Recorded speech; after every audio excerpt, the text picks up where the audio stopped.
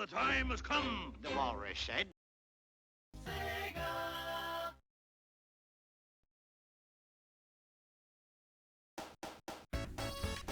Salutations all, welcome to Sonic the Hedgehog on the Sega Genesis. I don't know what to say, let's just get started. This isn't me starting right now, this is just a demo. I'm a big fan of this game and the Sonic franchise in general. Got him over there. Wearing the blue shirt just because he's blue, you know, fits. But here we are, and for those who don't know, Sonic is basically a 2D platformer that was built to compete with Mario and to be a flagship title for the Sega Genesis.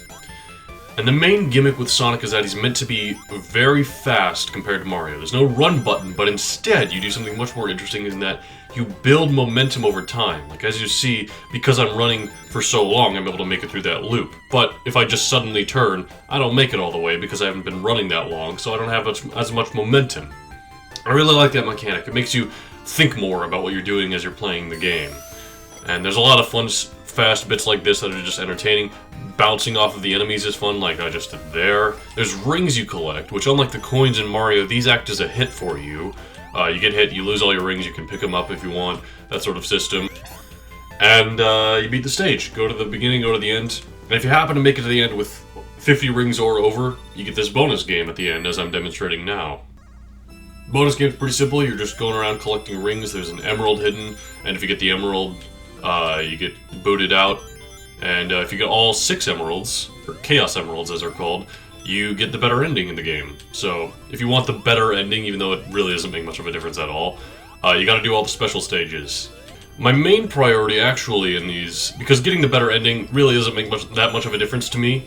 If I don't happen to get the good ending, I'll just throw up like a picture of it when I get to the end just so you guys can at least see it. But what's more important to me is collecting enough rings so that I can get a continue. Because this game does have limited continues and limited lives, just like the original Mario. And that can be very dangerous. That means you have to repeat the whole playthrough. And unlike the original Mario, there isn't exactly warp zones in this game. There's a cheat code you can enter at the title screen that gets you able to, select your level, and it even has a debug mode you can do if you select a code from there. Which I might resort to if I happen to get a game over. But if I don't, then I'll just carry on. Anyway, we got the Chaos Emerald there by breaking through those blocks, and we got a continue, which you can tell when you get a continue from when you get enough rings and that chime plays earlier. Continues bring you back from a game over. I mean, it's a simple platformer, really. There's checkpoints, lives, power-ups like the shield here, which just gets us an extra hit before rings, the speed boost like this one here. We have this invincibility power-up here, which, I mean, just a standard invincibility power-up. There's a lot of those in platformers, especially of the time. And this one I particularly remember from that one episode of that like animated YouTube series, the one about like the science of power-ups. It was a really entertaining bit. I don't remember if they do it anymore or not, but it was entertaining while it was there. We got another bonus stage, which is always good. You can also get lives in the bonus stage because you get lives for getting 100 rings, and some bonus stages happen to have 100 rings. Unfortunately, there's no ring counter in here, so whether or not you get 100 rings is not exactly something you can pay attention to really well. Also, there's a bunch of things around the stage that say goal. Those kick you out of the special stage, so they're really not that much of a goal. You don't get the Chaos Emerald. You get the point still, I'm pretty sure, but the Chaos Emerald's worth a lot of points, if I remember correctly. We have the yellow one here. Some of you may be familiar with the later Sonic the Hedgehog games, and may be familiar with the fact that there's 7 Chaos Emeralds. This game only has 6, and they don't even really look like they usually do, which is the kind of diamond shape. But, whatever, this is the start of the franchise, not everything is set in stone exactly.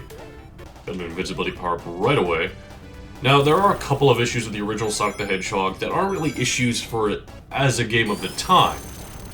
But it is noticeable when you're more familiar with Sonic the Hedgehog 2 and 3, which I am. Those are some of my favorite platformers of all time.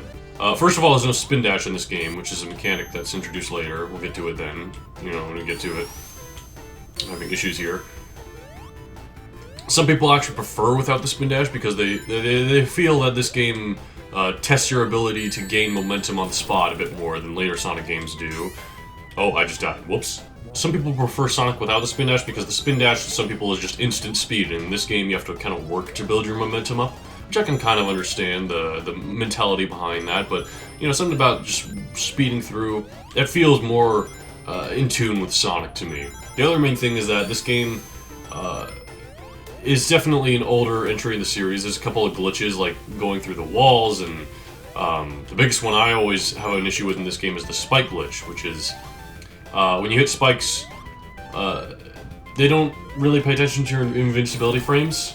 So if you hit spikes, even if you've just been already hit, like by, say, spikes, you can then hit spikes again and die. So if you hit spikes and there's more spikes next to the spikes, like down there, for example, you're dead. Like, there's no question about it. You're gonna hit the spikes, you're gonna bounce into the other spikes, and completely ignoring your invincibility frames, you're gonna die. Something they would fix in the later Sonic games. And, you know, it's not the biggest issue here. This game, honestly, the biggest issue with this game is that not all the zones are fun, but luckily Green Hill Zone is one of the best. It has great music, it looks great. I mean, this is the first 16-bit game I'm playing, and it's so refreshing to have such detailed sprites as this. Sonic animates really well and fluidly. And he's even got an idle animation, which I'll show off after I beat the boss here. Which, by the way, the boss here is Dr. Eggman, or Robotnik if you prefer. You know, whatever you would like to call him, you can call him. It's just that Robotnik was a name given to him by the American developers, just in the same way that Princess Peach was given the name Princess Toadstool, and in the same way Bowser was given the name King Koopa.